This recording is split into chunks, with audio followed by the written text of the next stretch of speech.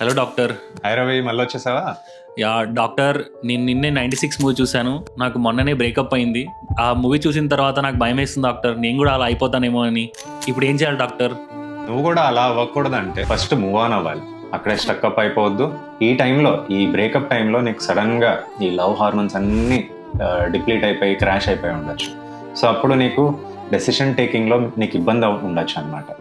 So ఈ decision taking అనేది ఇబ్బంది ఉన్నప్పుడు కొంచెం హీల్ అవ్వడం చాలా ఇంపార్టెంట్. మీ ఫ్రెండ్స్, ఫ్యామిలీతో కలిసి ఉండు, వాళ్ళతో మాట్లాడుతూ ఉండు, నీ ఎక్స్పీరియన్సెస్ షేర్ చేసుకో. కానీ నీ పాస్ట్ ఎక్స్పీరియన్సెస్ మాత్రం షేర్ చేసుకోవద్దు. ఆ పర్సన్ గురించి మాట్లాడకుండా కొత్త మనుషులతో మాట్లాడుతూ ఉండు. ఫ్రెండ్స్తో, ఫ్యామిలీతో ఎట్టి పరిస్థితుల్లోనూ మంచి టైం స్పెండ్ చేయాలి. ఎక్కడికన్నా ట్రిప్కి వెళ్ళడం వల్ల కూడా నీకు మంచి జ్ఞాపకాలు, ఈ మెమరీస్ అనేది క్రియేట్ అవుతుంటాయి. సో ఈ జ్ఞాపకాలు క్రియేట్ అవ్వడం వల్ల నువ్వు ఒక కొత్త మనిషిలాగా ట్రాన్స్ఫార్మ్ అవుతావు. Definitely it will be helpful. కానీ స్టక్అప్ అయిపోవద్దు, అక్కడే మూవ్ ఆన్.